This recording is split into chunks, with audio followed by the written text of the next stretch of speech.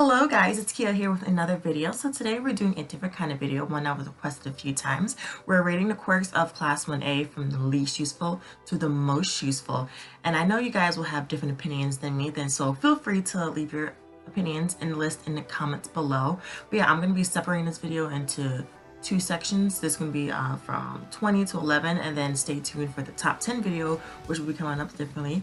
So yeah, I have my list here. I feel like a teacher.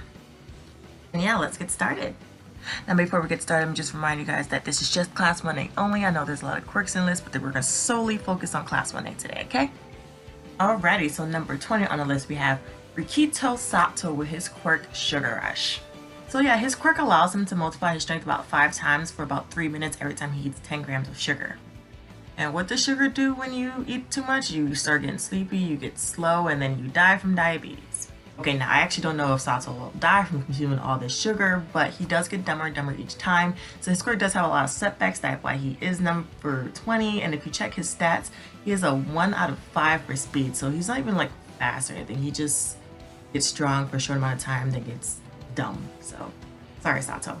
And at number 19 on the list, we have Denki Kaminari with Electrification.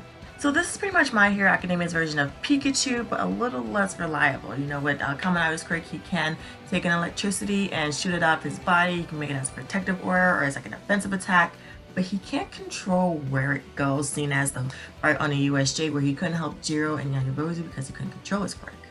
And then if he uses his quirk too much, he'll go over his watt limit, then he becomes a freaking idiot, which makes him prone to, you know, being captured, being held hostage, or just simply an easy win for his opponent. So that's why he's kind of down on the list. Next. So next at number 18, we have Koji Koda with Anyvoice. So what his quirk does, it allows him to talk to animals or command animals, insects, bugs, all that stuff.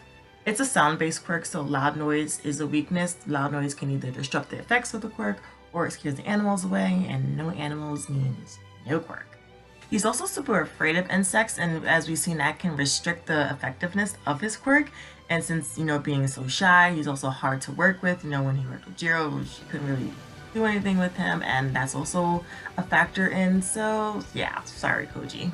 So next on the list, we have Taro Hakugare with Invisibility. So her quirk does exactly what the name says. She turns invisible, which is not useless per se, but there are other quirks that can easily overcome it, such as earphone jack or, you know, Duplo arms, and they can find her. You know, once she's found, she's useless and she's done for because she doesn't really have any defensive properties.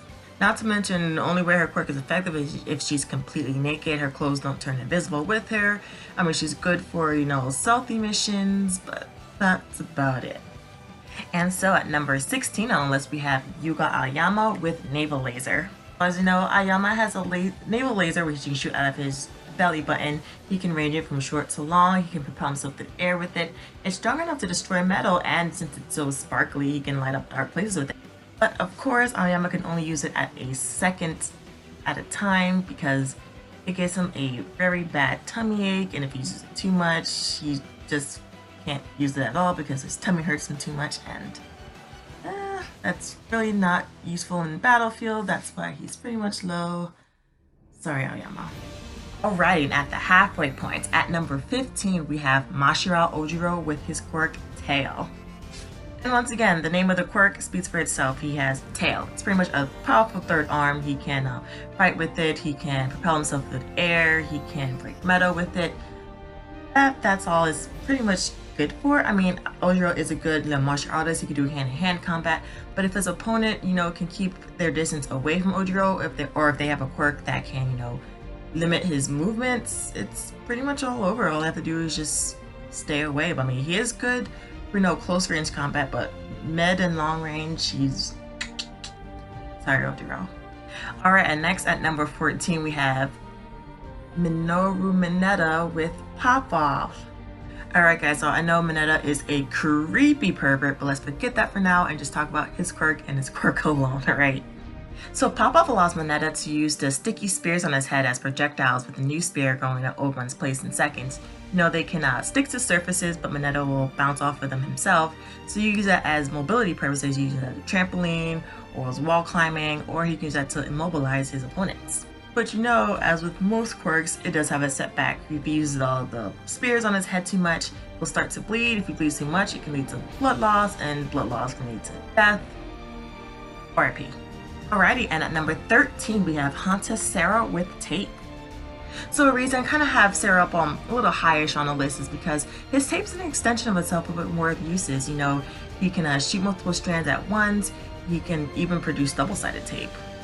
Not to mention, the tape is strong enough to immobilize his opponents, and the tape, when it gets shot out at his elbow, he can retract it back into his elbow, or he can cut it off, and once it's cut off, it can be used by his teammates, so that's pretty useful. You know, the only major setback with Sarah's quirk here is that if he uses it too much, he can get a bad case of dry skin, so he might want to keep the moisturizer with him at all times. So next, at number 12, we have Mezzo Shoji with dupla arms. So Shoji's dupla arms can replicate different parts of his body, including his mouth, his eyes, and his ears.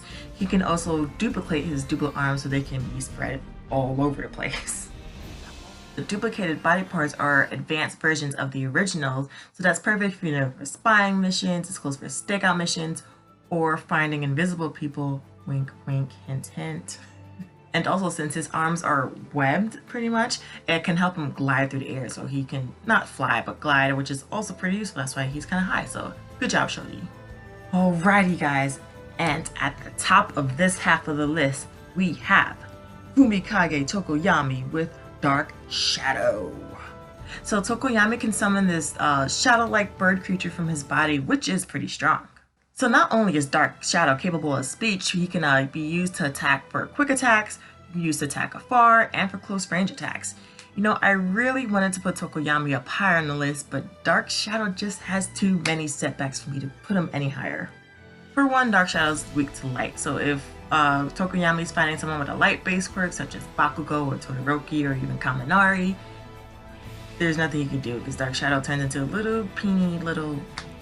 Again, can't do anything. And if it's too dark, Tokoyami loses all control over Dark Shadow, so Dark Shadow becomes this overpowered beast that destroys anything in his way, whether it's friend or foe. Tokoyami can't do anything, so, you know, Dark Shadow is strong, but it doesn't help if you can't control his power. So maybe if Tokoyami ever gets more control over Dark Shadow in the darkness, I can put him higher, but for right now, let's just leave him at number 11. And that's it guys, that was number 20 to number 11 on the least useful to the most useful quirks of Class 1A. Again, this is just my opinion. I know you guys will have different opinions, so feel free to leave your list and your thoughts in the comments below. Remember to stay tuned for the top 10 video coming up, so subscribe and watch out for that. And I'll see you guys soon. Thanks for watching and bye!